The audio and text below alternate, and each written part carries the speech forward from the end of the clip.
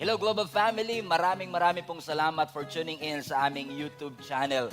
I believe na ang YouTube channel na ito ay nagsisilbing malaking pagpapala po sa inyong buhay as we continue to share the Word of God sa bawat isa sa atin. Right now, we are going to witness a message which I believe is going to transform your life. Naniniwala po kasi ako na ang salita ng Panginoon is not just informational but transformational. So fasten your seatbelt. Ihanda nyo na po ang inyong mga sarili. Kung kayo po ay may mga notebook, may mga ballpen dyan, i-ready nyo na rin po because I believe that this word is going to change your perspective and the way you see the Lord.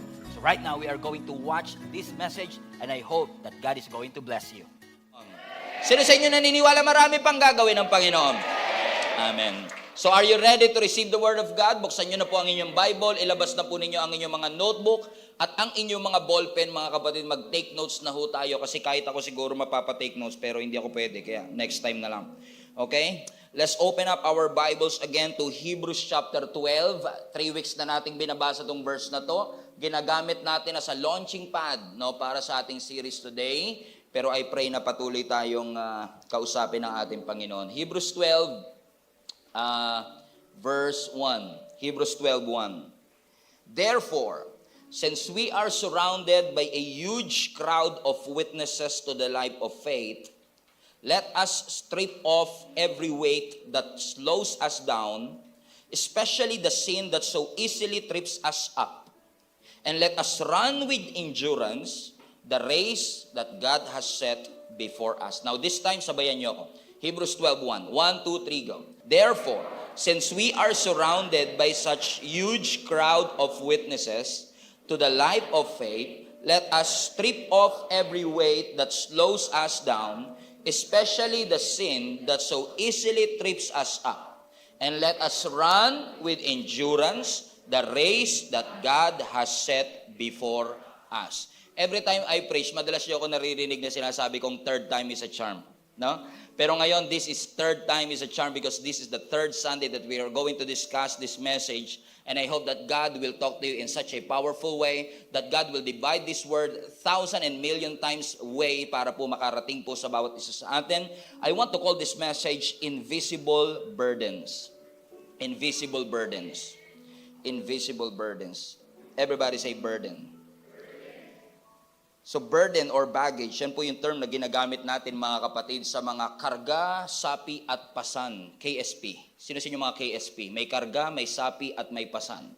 Na maraming mga karga, sapi at pasan sa ating buhay, na sa ating pong journey, nahihirapan tayo makamove forward because of the baggages of the past. Maraming mga nakaraan na hanggang ngayon ay humahunting at nakakahadlang, nakakapagpabagal para tayo ay makamove on sa next season of our lives. Dinefine po natin ang ibig sabihin ng unnecessary baggage. Ang sabi po natin last 2 weeks ago, ang unnecessary baggage is anything that is holding you back from the great things that God has for your life. Lahat ng bagay na humahadlang, nakakapagpabagal, lahat ng bagay na nagiging dahilan para hindi mo ma-maximize at maranasan ang God-given destiny and God-given potential in your life is called unnecessary baggage. Everybody say unnecessary baggage. Nakita ko lang sa comment, ang sakit na naman ito. Sure, talagang masasaktan tayo ngayong araw na ito. Amen? And pinag-usapan natin, marami tayong mga baggages, pero dinefine ko rin sa inyo, week 1 pa lang, na may mga baggage tayo na hindi naman necessarily spiritual.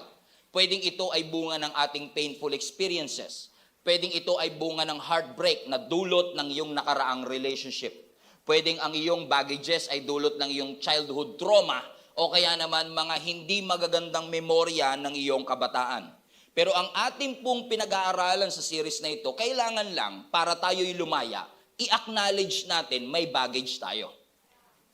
Amen? We all have baggages, whether you believe it or not. Masyado lang tayong sanay minsan dun sa weight na daladala natin, na akala natin ito na ang normal, pero hindi porket normal destiny ng Panginoon sa atin. So we all have these baggages in our lives na madalas hindi nakikita on the outside pero obvious na obvious sa Panginoon on the inside. That's why I called it invisible burdens kasi lahat tayo ay merong mga bagahe, meron tayong mga daladalahin sa ating buhay na madalas hindi nakikita ng iba dahil sa mga ngiti natin at nababalot ng ating personality. Pero ang ating pinag-uusapan ngayon, gusto ng Lord na lumaya tayo sa lahat ng mga invisible burdens na atin pong mga pinagdadaanan. Ang mga bagaheng ito o yung mga invisible burdens ay maaaring bunga ng ibang tao na naipasa sa iyo o posibleng bunga ng iyong mga naging desisyon nung nakaraan na nakakaapekto pa rin sa iyong kasalukuyan. Naging carriers na po kasi tayo ng ating history. Let me repeat that. We became carriers of our history. Na every time tayo ay nagkakaedad, every day of our lives, kuha tayo ng mga bagahe, pero yung mga pinapalet go at pinapa-get rid ng Panginoon ay nahihirapan tayong bitawan. Kaya nagiging spiritual hoarders ang maraming Kristiyano kasi kuha lang tayo ng hurts, ng pain, ng trauma, ng childhood memories, pero nakakalimutan nating bitawan yung pinapabitawan ng Panginoon sa bawat isa sa atin.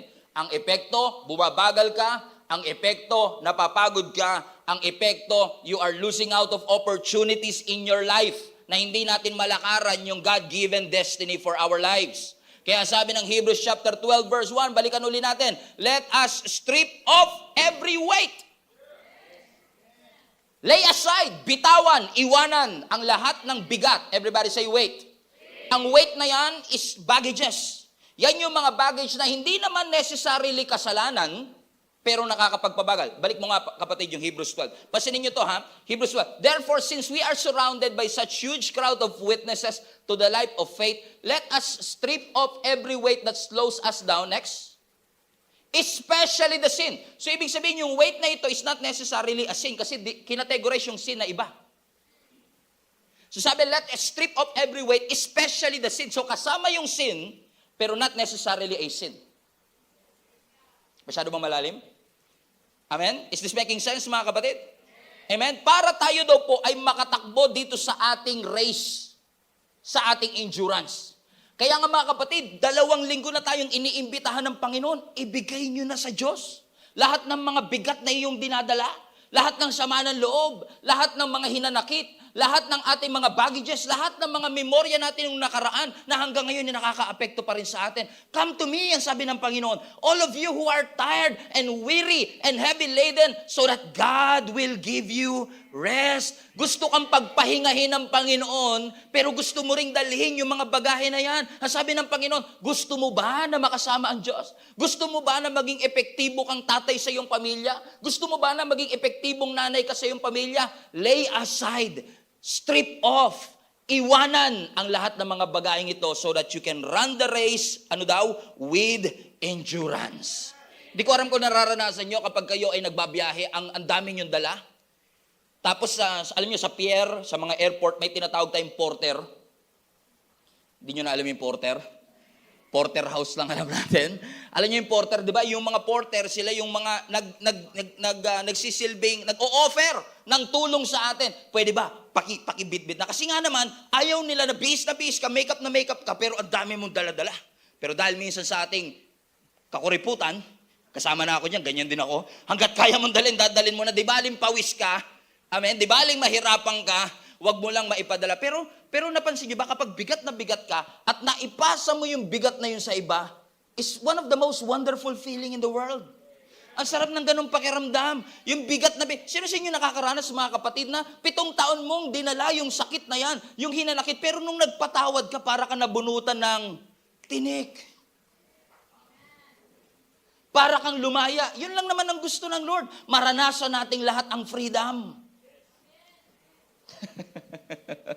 Wala nag-amen ha. Parang para sa inyo talaga yung message na ito ha. Amen? Gusto ng Lord sabi ng scripture, iwanan. Ang problema natin, dinadala natin yung pinapaiwanan, tas iniiwan mo yung pinapadala. Sabi ng Lord, iwanan na eh. Ano ang dali natin? Testimony, miracle. Ano dali natin? Yung gospel of Jesus Christ. Yun yung ayaw natin dalin. Imbis na yung gospel ni Jesus ang kinukwento sa kapitbahay, yung bigat natin ang kinukwento sa kapitbahay. Tapos yung gospel ang iniiwan sa bahay. Nagigets yung sinasabi ko mga kapatid. Ang sabi ng Bible, dalin mo yung dapat mong dalin at iwanan yung dapat iwanan. Huwag mong iwanan yung pinapadala at huwag mong dalhin ang pinapaiwanan ng ating Panginoon. Hallelujah! Bakit? Itong mga bagay sa ito ang humahad lang sa iyo para maranasan mo yung mga pangako ng Panginoon sa iyong buhay. Hindi ka magiging intimate sa Panginoon. The secret of intimacy is laying aside every weight that slows you down. Isa yan sa mga sikreto. Gusto nating mapalapit sa ating Panginoon, iwanan natin. Anumang hatred, anumang bitterness, guilt, pride, rejection, anger, or sin. Sakit man yan ang dala ng ating broken family. Sakit man yan ang dala ng ginawa sa atin ng nakalipas na relationship. Sakit man yan ang dala sa atin ng ating buhay. Na ngayon nagiging negative. Ano pansin nyo ba mga kapatid, ang mga bata kung gano'n sila ka-positive? They are always optimistic, they are always positive. Pag tumanda, napansin nyo nagiging negative, what happened? What happened?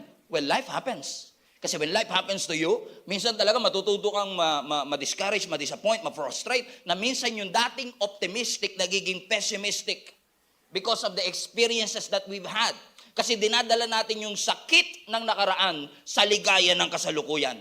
God wants you to be emotionally healthy. Let me repeat. God wants you to be emotionally healthy. Yes, spiritually healthy, but also is emotionally healthy. Kaya ang gusto ng Lord, ipagamot mo sa Kanya. Dalhin mo sa Kanya. Hindi lang para ma-cure, hindi lang para mabendahan, malagyan ng betadine, kundi para maging completely healed and whole tayo sa paglakad natin sa purposes ng Panginoon sa ating buhay. Kasi kapag hindi ka gumaling, ikakalat mo yung toxicity na yan sa mga taong makakasalamuha mo. Ay, ang aga, pastor, ang aga. Ang sabi ng Luke chapter 10, verse 1 to 4, nung tinawag ng Lord ang 72 disciples, tignan nyo ang instruction ng Panginoon sa kanila. Ang sabi ng Luke 10, verse 1 to 4, the Lord now chose 72 other disciples also. Apart from 12 disciples, may pinili ang Lord na 72. That's called delegation. This is a leadership principle that everybody should know. You should learn to delegate. Okay? Hindi lang dumping, kundi delegation. Delegation is very important. So nag-delegate ang Panginoon to another 72 disciples and sent them ahead in pairs to all the towns and places He planned to visit. These were His instructions to them. Basa. The harvest is great, but the workers are few. So pray to the Lord who is in charge of the harvest. Ask Him to send more workers into the fields. So now go and remember that I am sending you out as lambs among the wolves. Look at this. Do not take any money with you. Do not take any bag with you. Do not take extra pair of sandals with you. Do not stop to greet anyone on the road. Now listen to this. Ano sinasabi ng Panginoon? Okay, ipapadala ko kayo. You are the lamb among the wolves. Pero huwag kayong magdadala ng pera. Huwag kayong magdadala ng bag. So sa millennial term, travel light. Hindi nyo dapat dinadala yung gusto nyo lang dalin. Kasi nasa mission kayo. At dahil nasa mission kayo, kung ano ang instruction ng nagpadala sa inyo, yun ang sundin nyo. Kasi alam ng Panginoon, ang ating destiny connected sa ating desisyon. At lahat ng desisyon mong dalhin ngayon, makaka-apekto sa iyong destiny sa kasalukuyan. Kasi tayo follower ni Jesus Christ. Sino sa inyo follower ni Jesus Christ? At bilang follower ng Panginoon, you don't just follow the message of Jesus, you follow the methods of Jesus. Kung ano ang sinasabi niya, carry the cross and follow me. Kung ano sinasabi ng Panginoon, we should follow what God is saying. So ano sabi ng Panginoon sa mga 72 disciples sa ito? I am sending you on a mission trip, but don't bring anything. Huwag kayong magdadala ng bag, huwag kayong magdadala ng pera. Ang tanong kagad nating mga taga-GSMNB, paano kami kakain? Paano kami kakain kung wala kaming pera? Alam niyo, nung sumunod ako sa Panginoon ng pagpapastor, tinakbuhan, maraming hindi nakakaalam nito, pero 3 taong kong tinakbuhan yung pagtawag ko. 3 years. Kaya technically, I am 10 years already na pastor ng church, pero yung first 3 years, I'm not really the pastor. Parang free agent. Kasi tinatakbuhan ko, ayaw kong bitawan yung mga pinapabitawan ng Panginoon and sumunod sa Kanya fully. Kasi alam kong tinatawag ako ng Panginoon to go to full-time ministry. And by the way, hindi lahat ng tao tinawag for full-time ministry. Pero ako tinawag ng Lord for full-time ministry. And for the first 3 years of being a pastor of the church, I've been hesitant to let go of everything. Kasi ang lagi kong tanong, paano kami kakain, Lord? Walang future sa pagiging pastor. Walang future sa bagay nito kasi nakita ko na itong nangyari sa maraming pastor. I don't want na mangyari sa akin yung same destiny na nangyari sa kanila. Pero ano sabi ng Panginoon sa amin ni Jenny? If you take care of God's kingdom, the King Himself will take care of you. Ano sinasabi ng Lord sa amin? Travel light. Keep your luggage to an absolute minimum. Huwag ka na mag-overpack. Huwag mo nang dalhin yung baka sakali kasing mag-extend kami kaya magdadala na lang din ako. Baka sakaling kailanganin ko tong storya na to kapag nakasalubong ko yung kamarites ko dun sa kanto, kailangan kong dalhin ito para makwento ko sa kanya with tears. So I have to bring it with me. But again, the secret of spiritual longevity is to trust God for the next step. Ang sabi ng Lord, alam kong kailangan nyo ng pera, alam kong kailangan nyo ng mga resources. You have less now, but can you trust God even if you have less? Sabi ko nga nung Sunday, napansin nyo ba na if we have less, we trust God even more? Pag konti yung meron ka, mas lalo ka nagtitiwala sa Panginoon. Pag konti yung resources, mas nagtitiwala ka at kumakapit ka dun sa source. Kasi sabi ng Panginoon, step up, go to a mission. And listen to me, it's hard to step if you have the stuff. Stuff. It's hard to step forward if you always bring that stuff with you. Kaya ang sabi ng Panginoon, iwanan nyo. You don't need that. Sa Message translation, you don't need a lot of equipment. You are the equipment. What you need is your testimony. What you need is your lips, your eyes, your ears. Whatever God has given to all of you, that's what you need. And everything that you have is all you need. Yun ang sinasabi ng Panginoon sa kanila. Iwanan nyo na lahat yan. In essence, sinasabi ng Panginoon sa atin, gusto mo bang sumunod sa akin? Trust me. Magtiwala kang ako magpo-provide. Magtiwala ka na ako magpapagaling sa iyo. Alam kong niloko ka ng una mong naging asawa, pero ako magpo-provide para sa iyong pamilya. Trust me. Sa my friends and family, ano-ano yung mga dala-dala mo ngayon? At hindi ko ito natanong ng 2 linggo na eh. Kailan mo pa dala yan? Kailan pa? Ilang taon na nating dinadala yung mga, sabi ng Lord, ibigay mo. Anong sa amin ng Psalm 55 verse 22? Psalm 55, hirap mag-joke maulan kasi. Ang sabi ng Psalm 55 verse 22, give your burdens to the Lord and He will take care of you. Napakalinaw. Ibigay mo yung burdens, invisible or visible. Ibigay mo sa Panginoon and the God Himself will take care of you. I believe that is a word for somebody today. Ibigay mo sa Panginoon, hayaan mong ang Diyos hayaan mong si Lord ang magdala ng lahat ng bagahe mo. At magugulat kapag binigay mo lahat, whoo! Ang sarap sa feeling. Para ako nabunutan ng tinik. Andiyan pa rin ang pagsubok, pero dala-dala na ng Panginoon. Amen. Give your burdens to the Lord and He will take care of you. Unfortunately, many of us are still stuck in our past, stuck in our old habits. Ang sarap kasing pag-usapan ng nakaraan, minsan. We love to talk about the past. Pero napansin niyo ba, ang hilig natin pag-usapan ng nakaraan, pero si Lord laging sinasabi sa atin yung future natin. Ewan ko napansin niyo yun. Si Lord, ang hilig natin magkwento kung paano tayo sinaktan, paano tayo, alam niyo yun?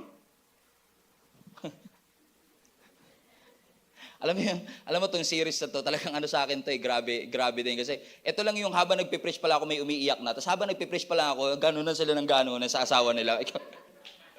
Kaya buti na lang ako sinagot mo di ba? I'm the best thing that happened to you. Diba? Kasi we are still stuck on our old past. We always love to talk about our past, but look at the Lord. He always wants to remind us of our future. Kasi yung faithfulness ng Diyos sa nakaraan, kung paano Kanya tinulungan nung nakaraan, is our confidence for tomorrow. Alam natin na sa future, if I will just trust the Lord, ito yung confidence na pangahawakan ko, that if God did it before, He can do it again. Kasi sa history, walang future. Ang lalim sobra. Ang lalim, sobrang tahimik doon. Sa history, walang future. Guess nyo ba? Sa history, walang future. At nakakalungkot. Ito, seryoso na. Nakakalungkot. Pinagbabayad mo yung kasalukuyan sa kasalanan ng nakaraan. Kaya kawawa yung kasama mo ngayon. Kasi sila yung nagbabayad dun sa ginawa sa'yo ng nakaraan. Yung nagtataka ka ba't ang init ng ulo niya, wala ka namang ginagawa. Tapos nung tinanong ka, wala naman akong ginagawa. Ba't ang init ang ulo mo? Yun nga eh, wala kang ginawa.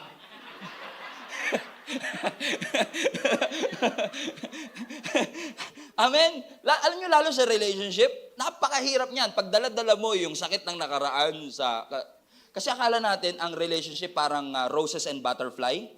Tapos magugulat ka, tinik at halimaw. Diba? Parang di ka rin makapaniwala kasi ito yung nakita ko eh. Ito yung nakita ko doon sa Instagram, nag-holding hands sila sa sunset, nag-kiss the bride, and they live happily ever after. Pangarap. Kaya ang daming mga, kahit lalaki na ngayon nangangarap, ang daming may pangarap na magpakasal.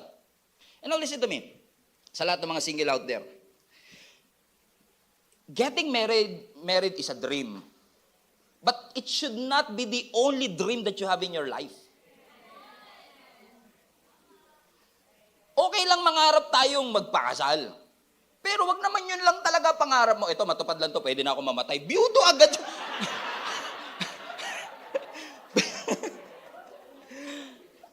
Bakit ko sinasabi? Kasi ganito yan, mga kapatid. Ano? Pag mas excited ka pa sa kasal kaysa sa papakasalan, you will be in serious trouble. Bakit? Sa spirituality, tatanong nyo, pag nagpakasal tayo, ang sabi ng scripture, the two became one. So kung may unprocessed pain ka nung single ka, the two became one, yung unprocessed pain na compound as one. So naaapektuhan ng ating relationship today, yung sakit nung nakaraan because hindi natin na-iproseso ito ng tama. Hindi na-analyze yung baggage. Hindi na-assess and address yung mga unresolved yesterdays, kaya naging invisible burdens. Naunawaan niyo mga kapatid? At ngayon nagtataka ka, kaya sabi mo, ganito pala. Hindi talaga ito mag-work. And hindi ko sinasabi lagi, pero one of the reasons why is because we fail to address ano ang mga naging issues before. Kasi yung mga unprocessed pain na yan ay may potential to ruin your future relationships. So kung single ka pa ngayon, regalo tong series na ito. Kasi at least ngayon, you've been reminded, bago pala ako magpakasal, magastos na nga to, bago ako magpakasal, kailangan ayusin ko pala muna to. Kailangan pala, Lord, bago ko pumunta sa next season, next chapter, next stage, you want me to deal with this season first because you want me to be effective. Gusto ng Lord, ikaw ay maging best wife for your husband and best husband for your wife. And it can only happen if all the unresolved yesterdays will be resolved. So that you can be the best version of yourself when you face that altar. Huwag kayong masyado excited lang sa nakikita nyo sa magazine. I want that. I want that gown. I want that. Pag nakikita ka nagtatravel, relationship goals. I want that. We usually want that, but we don't understand what that requires. Lalim nun. We want that, pero minsan di natin naiintindihan what that requires. Ano yung requirements, ba't nila na-achieve yun? Ano yung mga sinakripisyo nila? Ano yung mga kinumit nila? Ano yung mga bagay na give up nila just for them to be as effective as they can be? It's very important. I say this again. Viral na to, but I will say this again. A healthy relationship is a result of an unhealthy individual. You have to be healthy first. Basta naghahanap ako ng person that will complete me. So, hindi ka kompleto. Tapos, ina-expect mo yung asawa mo ko kompleto sa'yo. So, ang bag mo, 20%, gusto mo siya 80%. So, yun yung sinasabi mong complete me. Hindi ganyan ang design ng Panginoon. Ang gusto ng Lord, 100% kang okay. Napapasok sa isang 100% ding isa pang okay para pag pinagsama kayo, pareho kayang 100%. Amen? Because God wants you to be. Sabi mo sa katabi mo, parang ikaw topic ngayon. Amen. Lalo pag nakakita ka ngayon sa mga Instagram, di ba? Ang gaganda na kasi ng mga pictures today. Grabe, napaka-romantic. Nagbakasyon na naman sila today. Honeymoon na naman sila today. Pero hindi porket romantic ang post-romantic ang relationship. Naunawaan niyo mga kapatid? Kailangan yan, lagi kong sinasabi, pinagtatrabahuan. You need somebody in your life that will appreciate you for who you are. And you need to appreciate your partner too.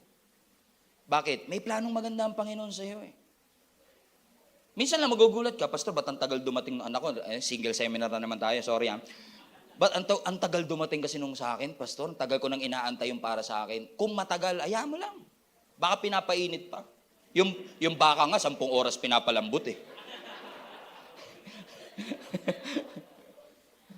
Naalala ko nung I think 2 months ago, nagpunta kami somewhere in, I think basta sa luxury, Greenbelt, I think, Greenbelt.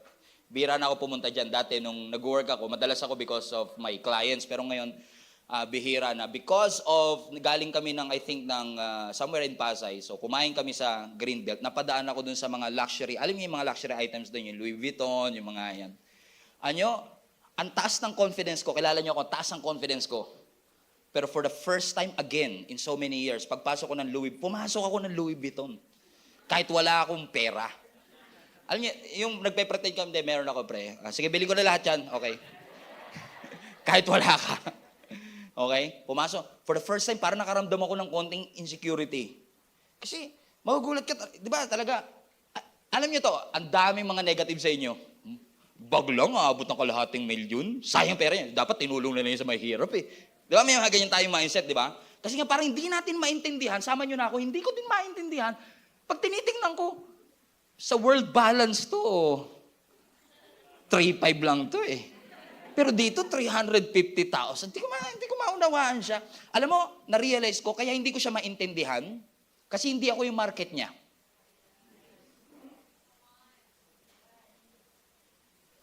Kasi para ma-appreciate mo yung luxury, dapat luxury ka eh. So, naintindihan mo na kung ba't may mga hindi nakaka-appreciate sa'yo.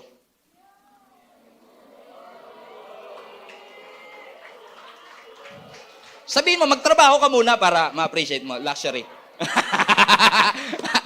Hallelujah. Sabihin mo sa katabi mo pa, yan na, may pick-up line na naman tayo. Amen? Tingnan nyo to. Nung pumasok ko sa Louis Vuitton, tinanong ko pa, magkano po ito? Wala pala mga price tag doon. Kasi sinasanay tayo, di ba? Pag sa H&M, sa Uniqlo, pagpasok mo, unang tinitignan mo, hindi yung damit. Presyo muna. Correct? Sino sa inyo ganon? Pero pansinin nyo yung mga artista, mga celebrity, pag tinanong mo yun, tumitingin ka pa ba sa presyo? Hindi na ako tumitingin sa presyo. Ganon sila, Brad. Kaya hindi mo sila maintindihan eh. Pero tayo, di ba, nagkakaintindihan tayo, di ba? Pagpasok, here at SM, we got it all for you. Pagpasok mo na department store, una mo titignan presyo. Ay, mahal. Dahil mahal, pangit na kagad. Pansinin nyo, di ba? Bakit? Hindi mo afford. So, ibig sabihin, hindi ikaw yung market niya. Naman tanong, pag sinabi bang, ay mahal, ay ba, may sales lady, ay mahal po, nakakaawa naman si sir, adjust natin yung price. Babaan natin. Bababaan ba ng SM yung price dahil naawa siya sa'yo? Hindi. Bakit mo kino-compromise yung standards mo? Porket may mga tao hindi maka-appreciate sa'yo. Hindi porket di nila naiintindihan ng prinsipyo mo, kailangan mo ibaba yung standards mo eh. Kaya ka nasasaktan eh.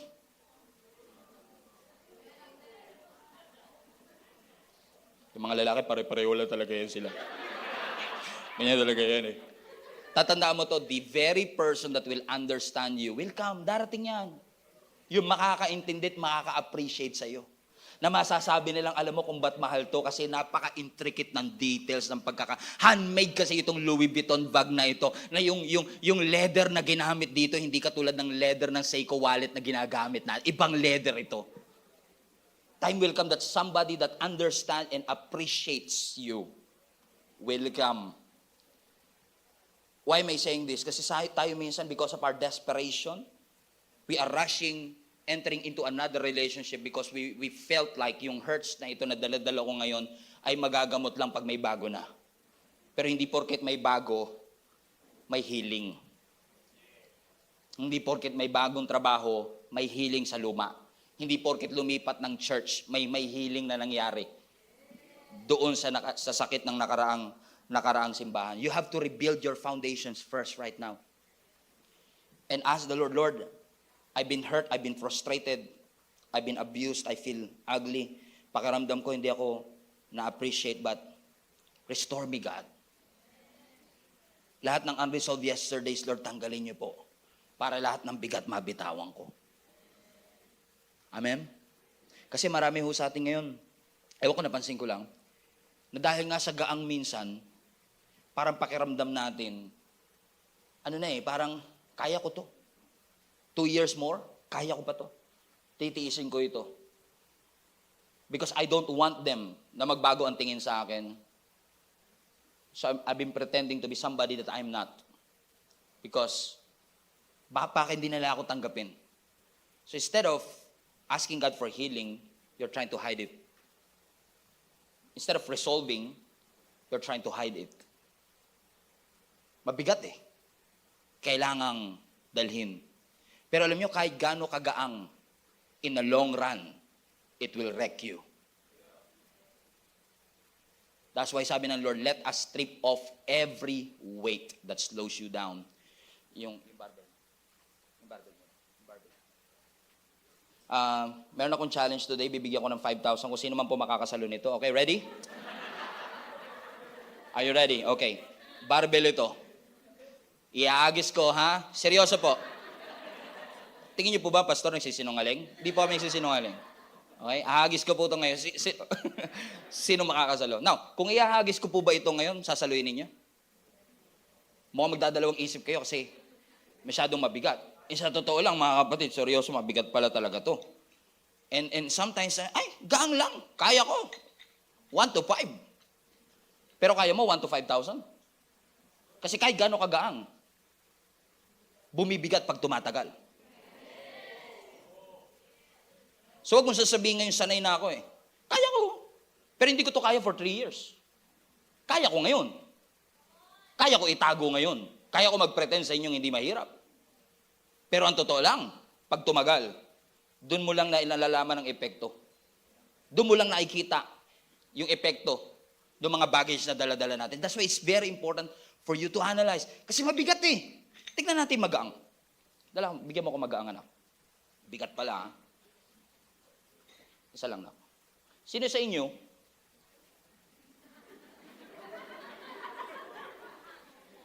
kaya nyo itong itlog na to dalhin? Kamay, taas kamay. Taas kamay. Ang gangi. Pero for 3 years, kahit anong gawin mo, dala mo siya. For 3 years, kahit anong gawin mo, matulog. Pero wag na wag mong babasagin. Kailangan dala mo siya everyday. Naliligo ka, nagugas ka ng pinggan everyday. Ang gaang lang eh. Ang gaang lang siya, kayang-kaya ko po, Pag naligo ka, nagugas ka ng pinggan, kakain ka, for 3 years straight, kaya? Hindi, kasi kahit gaano siya kagaang, abala siya. Abala siya sa future. So ano kailangan? I-let go. Kailangan bitawan. Barbell man niyang dala mo, itlog man niyang dala mo, kahit gaano kabigat o gaano kagaang, ang sinasabi ng Panginoon, bitawan mo kasi nakaka-apekto siya. Pero mo natutulog ka na lang, iniisip mo, itlog.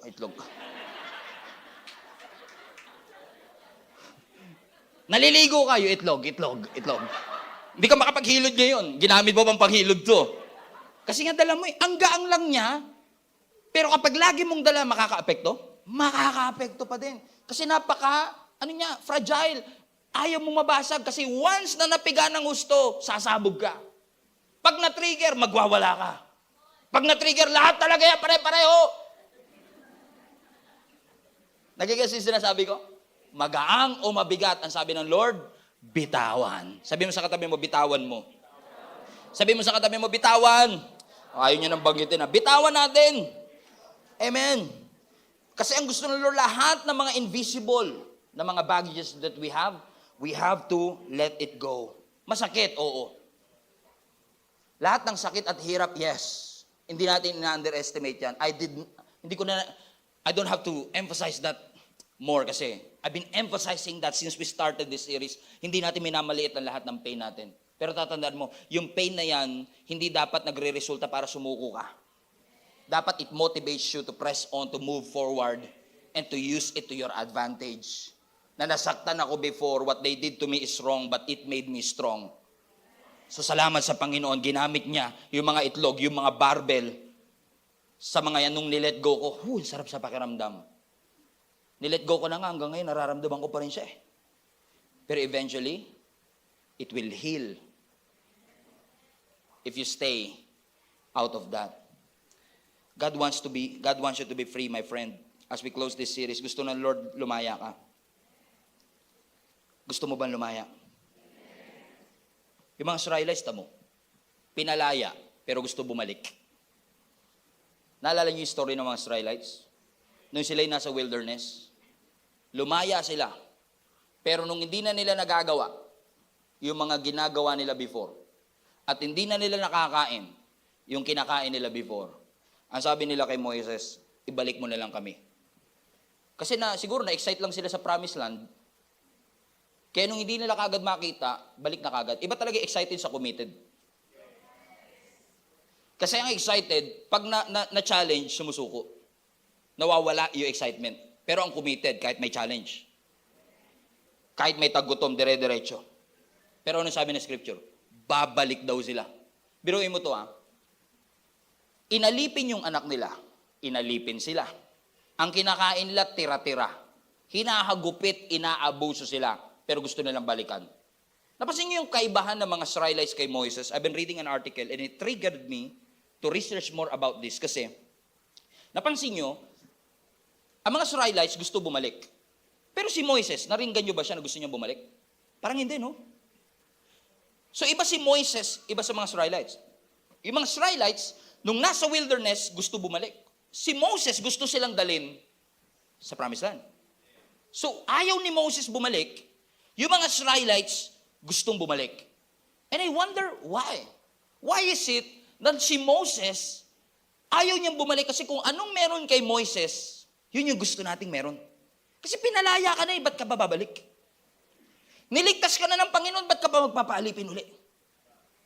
Binigay na ni Kristo ang kanyang buhay sa bawat isa sa atin, ba't pa tayo babalik sa luma? Hindi rin natin masisisi yung gustong bumalik. So kailangang alamin natin, ano yung meron kay Moises na wala sa mga Israelites? Kung bakit si Moises gusto mag-press forward, pero yung mga Israelites gusto bumalik. And in order for us to understand, we have to go back all the way to Exodus 5, kung saan tinawag ng Lord si Moises para i-deliver ang mga Israelites. And this blows my mind. Ang sabi na Exodus 5:1, are you ready? Are you ready? Fasten your seatbelt. Are you ready? Are you ready? Okay, watch this. Afterward, Moses and Aaron went to Pharaoh. So lumapit sila kay Paraon para sabihin sa Paraon na palayain ang kanilang mga kababayan, right? But look, watch these words. Watch these words. Afterwards, Moses and Aaron went to Pharaoh and said, "This is what the Lord God says. Let my people go so that they may hold a festival to me in the wilderness." Now that, I find it interesting, fascinating at the same time. You know why?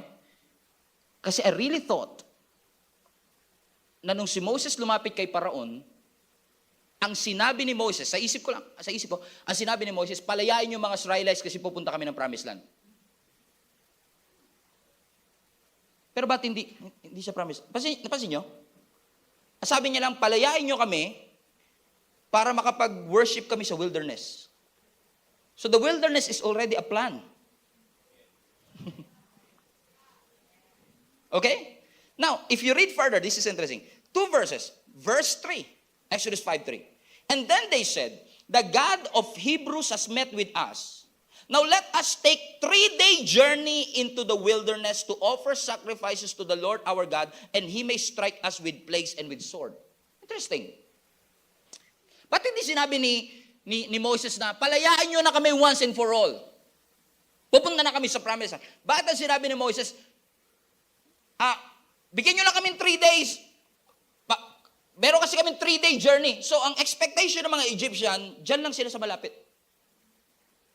Kasi ang paalam, alam niyo mga magulang to, yung pinaalam sa inyo, 7-Eleven, pero sa La Union. Pinaalam 3 days, naging 40 years. Yung journey in the wilderness. Sabi, 3 days. Now, no. That's familiar to me kasi alam ko, ang journey mula Egypt, 3 days, kapag nag-journey ka from Egypt for 3 days, you will end up in Mount Sinai. Mount Sinai. So after all, what Moses is saying, doon sa Paraon, let my people go, mag-worship kami sa Mount Sinai. Ano kung ano yung significant, historic that happened in Mount Sinai before the Ten Commandments? Because in Mount Sinai, doon na-meet ni Moises ang Panginoon through a burning bush.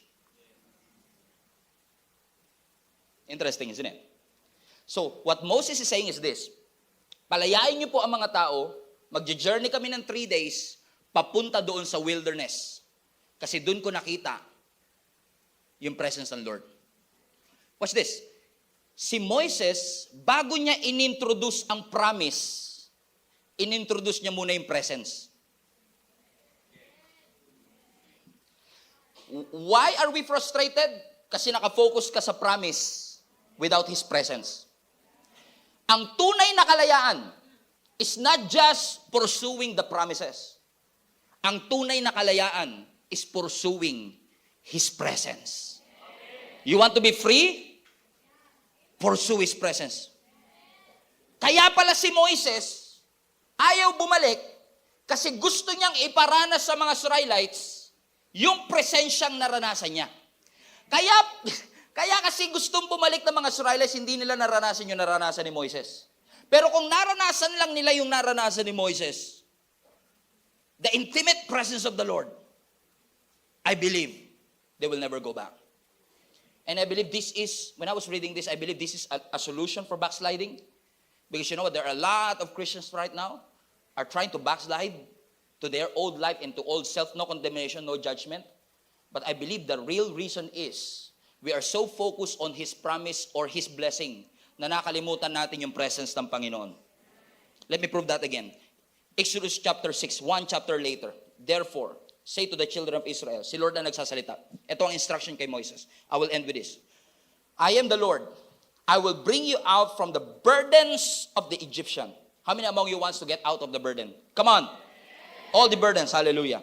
I will rescue you from their bondage. Sino sa inyo gusto nyo ma-rescue na kayo sa lahat ng mga bondage ng unresolved yesterdays? And I will redeem you with an outstretched arm with great judgment. I will take you as my people and I will be your God. Then you shall know that I am the Lord your God who brings you out from under the burdens of the Egyptian. And I will bring you to the land which I swore to give to Abraham, Isaac, and Jacob, and I will give it to you as an heritage. May napansin kayo sa statement? May napansin kayo sa statement? Wala, Pastor. Okay. That's why I'm here. Okay. Listen. Nung binanggit ng Lord yung tungkol sa promised land, si Lord hindi siya nag-strike kagad, dadaling ko kayo sa promised land. Hindi yun ang purpose eh. Ang real purpose ng freedom is not for you to enjoy the benefits of the freedom, but to enjoy the presence of God. That's true freedom. Ang tunay na kalayaan, yung maranasan mo at maramdaman mo. Tingnan nyo, ano sabi niya? You shall know that I am the Lord. Ako ang nagligtas, and then I will bring you to the land flowing with milk and honey. So ano sinasabi ng Panginoon? Priorities, priorities, priorities. The first thing that we want to pursue in order for us to be free, because it's one thing to be free, it's another thing to stay free. God wants you to stay free for the rest of your life. And the secret of staying free is being in the presence of the Lord. Knowing and realizing that it is He who gave us that freedom. It is He who sacrificed Himself at the cross sa bawat isa sa atin. Kaya kung minsan kami mga pastor, kawawa kami. Kasi halimbawa, nasa gathering, o kaya nasa swimming, o kaya kung may pupuntahan, oy, mahiya ka naman, nandiyan si pastor, oh. Oy, konting consideration naman, nandiyan si pastor. Gusto kong sumigaw, hindi ako yung nagligtas at nagpatawad sa inyo. Huwag kayo sa akin mahiya. Because we tend to realize, we forget to realize, mga kapatid, na yung weight na ayaw mong bitawan, si Lord kineri yung buong weight ng cross and all the sins of the world so that you don't have to endure that weight. Weight of insecurity, weight of guilt, weight of shame. Binuhat na lahat ng Panginoon yon. Namatay ang ating Panginoon para sa bawat isa sa atin. Nasugatan siya para sa bawat isa sa atin. Para lahat ng mga sugat natin ay magkaroon ng kagalingan. Give it all. Kaya pala sabi ng Panginoon, cast your cares upon me. Put it on the cross. Ilagay mo sa krus. Ako yung nahirapan, ako yung nasugatan. Allow me to take all your burdens. And all our sin, all our guilt, all our shame was put to the body of Jesus Christ. And for the next 6 hours, He endured the cross. And finally, after 6 hours, at 3 o'clock in the afternoon, He cried out, Tetelestai, it is finished. All the pain of your past has been dealt with at the cross by Jesus Christ Himself. Pero hindi siya nanatiling patay. He rose again from the dead. And you know what happened after He resurrected? Yung first appearance niya sa mga disciples gathering, wala si Thomas. Absent sa Sunday service. Kaya huwag kayo basta-basta absent sa Sunday service. Kasi ito yung pinakaunang Sunday service ng mga disciples, wala si Thomas. Nagpakita ang Panginoon sa kanila, pinakita ng Lord yung kanyang sarili. Amazed na amazed sa mga disciples. Jesus is alive! Jesus is alive! Eh wala si Thomas. Kasama siya sa GC. Chat ngayon sila Paul, grabe, ay sila Peter, nakita mo ba si Jesus buhay? Sabi ni John, oo nga, I'm so excited, grabe si Lord, buhay pala siya. Tinupad niya ang kanyang mga pangako. Eh si Thomas, tahimik lang, sin lang siya. Alam mo kung bakit? Wala siya doon. Sin lang siya, tinitignan niya lahat ng mga pictures, yung mga videos. Sabi niya, hindi ako maniniwala hanggang di ko nakikita. Next week, Jesus showed up again for Thomas. For Thomas. That's how important you are to the Lord. He wants to deal with your unbelief. And then nagpakita ang Lord kay Thomas. Ang sabi ni Thomas kasi, pag hindi ko na ipasok yung kamay ko sa kanyang mga sugat, sa kanyang tagiliran, hindi ako maniniwala. Ang sabi ni Lord nung nagpakita siya, o ito, lagay mo ang iyong mga kamay sa aking mga sugat, sa aking tagiliran. And finally, Thomas cried out, Yes, Lord, I believe! Finally, naniwala si Thomas. Paano nakuha ni Lord yung puso ni Thomas? Sa pamamagitan ng kanyang mga sugat. Ano sinasabi ng Panginoon? This is who I am. This is how I saved you. In fact, when we go to heaven, you will see that scar again. We all will see that scar. Nandun yun sa kamay at tagiliran ng ating Panginoong Yesus. Because it is a great reminder for all of us. Hindi tinanggal ng Lord yung sugat. Nandyan siya. Hindi siya masakit, pero nandyan siya. As a reminder, this is how I won the victory at the cross. This is how I save you. This is who I am. This is how I saved each and every one of you. Hindi natakot ang Diyos na magpakita ng vulnerability. Kasi hindi porket nagpapakita ng vulnerability is a sign of weakness. So my encourage to you today, alam kong matapang ka and you appear strong and you have that persona na lagi kang malakas at lagi kang hindi nagkakamali at pakiramdam nila you are perfect. But I want you to be vulnerable sa ating Panginoon because the very same wound that saved you,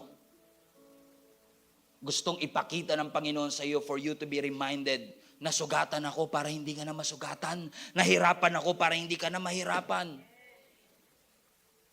Confront it. Face it. Harapin mo. Huwag mong basta kalimutan. I-give up mo. Deal with it. Forgive. Let go of that hurts. Let go of that bitterness. You've been living in bitterness for so many years. Alam niyo, ang forgiveness, it will bring freedom. Ang bitterness, it will bring bondage. Kaya ang sabi ng scripture, get rid of your bitterness. Iwanan mo ang mga bitterness. Because God wants to transition you from victim to victor. And in order for you to transition from being a victim to becoming a victor is to the extent of what you are willing to give to the Lord. What we are saying here is this, Lord, just come to the Lord. Be honest with Him. Be vulnerable and say, Lord, I made a huge mistake, but thanks be to God who make things work together for the good of those who love Him. Thanks be to God that I am stronger, wiser, and better because of what Jesus did in my life. I want to thank you, Jesus. Be vulnerable and say, thank you, Jesus. Thank you, Jesus, because He wants you better. He wants you whole. Yes, hiwalay ka sa asawa mo. Yes, hindi ka na-graduate. Yes, you made a terrible mistakes. But are you better now? Are you stronger now? Yes, you've been through prison. Somebody broke your heart, but are you stronger now? Yes, dinisrespect ka nila, inabuso ka nila, but are you wiser now? God wants you healed and whole. Gusto ng Lord na gumaling ka, kapatid. And this time, I want to encourage you to be vulnerable to the Lord and say, Lord, heal my heart. Turn my life around. Remove the heaviness in my heart. Gusto ko mag-travel ng light. Gusto kong lumakad sa mga purposes mo sa aking buhay na walang anumang mga bagay sa aking buhay. Because naniniwala ako mga kapatid, whether you believe it or not, the best days in your life are not behind you. The best days of your life are in front of you because God has been so good. God is good. He is good all the time. He wants to deal with your pain. He wants to deal with your issues. He wants to carry all that burden. Remember His faithfulness. Do you remember how faithful God is in your life? Do you remember that? So let go of that invisible burden so that you will experience the incredible destiny that God has for you. Hallelujah. Hallelujah, Jesus. Praise Jesus. Praise the Lord. Hallelujah. Allow the Holy Spirit to minister to you today. He's good. He's faithful. Ang calling mo, kapatid, masyadong importante. Ang destiny mo masyadong malayo. Para mag-settle ka kung saan ka man naroon ngayon. He wants to invite you to the next season of your life. He's good. He's good. He's good. He's good. He's good all the time. Hallelujah. Can we just bow down our heads? Let us close our eyes. Lahat po ng mga nakiki-join sa amin, whether you are at home, maybe you're doing something right now, I want to encourage you to pause for a while. I want to minister to you today. God wants to minister to us all. He's encouraging you and inviting you to give your baggages. Cast all your cares upon Him. Because at the end of the day, you got to move forward. Your calling is too important. Your assignment is too great. Your destiny is too amazing for you to settle in this hurt.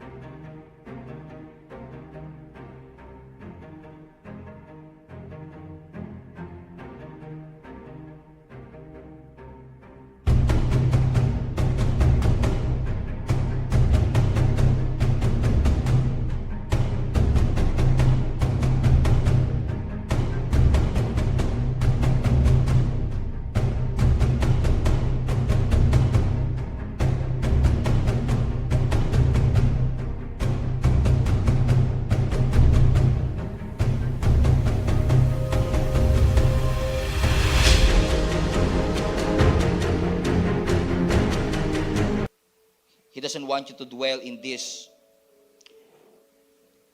series and cycle that is holding you back and keeping you from walking in the purposes of God in your life. He wants you stronger and whole, better and wiser. God wants you healed and whole. Every eye closed. Hello Global Family, you made it this far. Once again, marami pong salamat for tuning in and I pray na yung salita pong ating napakinggan ay makapagbigay po ng conviction at malalim na revelation sa inyong puso upang mai-apply po natin sa ating buhay so that transformation will happen in our life. If this ministry have been a blessing into your life, I want to encourage you to share this video to some people that you know na maaaring nangangailangan din katulad mo ng mensaheng ito. In fact, I want to take it a little bit further, mga kapatid, and invite you to partner with us. If this video, if this ministry have been a blessing to you, I know in the future, it will be a blessing to somebody else as well. That's why if you want to partner with us financially, para maipagpatuloy po natin ang ginagawa ng Panginoon through Gia Kamanava, inihikayat ko po kayo to partner with us. Pumunta lang po kayo sa aming website, gia7b.com/give. At lahat po ng mga ways that you can support, ways that you could give para po sa ministering ito ay makikita po ninyo doon. You can give through GCash, debit card, credit card, bank remittances, at maging mga bank transfer. So, ano pang inaantay ninyo? Support the ministry mga kapatid para mas marami pa tayong maabot at mapuno po talaga natin ang langit. In fact, I want to take this opportunity as well. If you have been watching the video for quite some time, wala po kayong church na kinakabilangan and you want to deepen your relationship with the Lord, I want to encourage you to join our link-up groups. Ginagawa po namin yan in person or online. If this is impossible para po sa inyo na makapunta dito sa amin physically or in person, we have an online link-up group na ginagawa po namin sa iba't ibang dako ng mundo. If you want to be part of the link-up groups, ito po yung small groups na aming ginagawa kung saan ang bawat isa sa atin ay nagpapalakasan para ihatid tayo sa spiritual growth. Kung nais po ninyong makasama rito, all you have to do is go to our website, gscmnb.com/linkup. Ilagay nyo lang po kung saang location kayo naroroon. And I'm sure na meron po mga link-up groups na nababagay po at suwak po sa time zone ninyo kung nasaan man po kayo naroroon. Once again, marami pong salamat for reaching this far at naabot nyo po ang part ng video na ito. And I hope sa mga susunod pang video, mapagpala pa tayo ng lubos ng ating Panginoon. Keep spreading the Word of God. Punuin natin ang langit and let us fight for our family.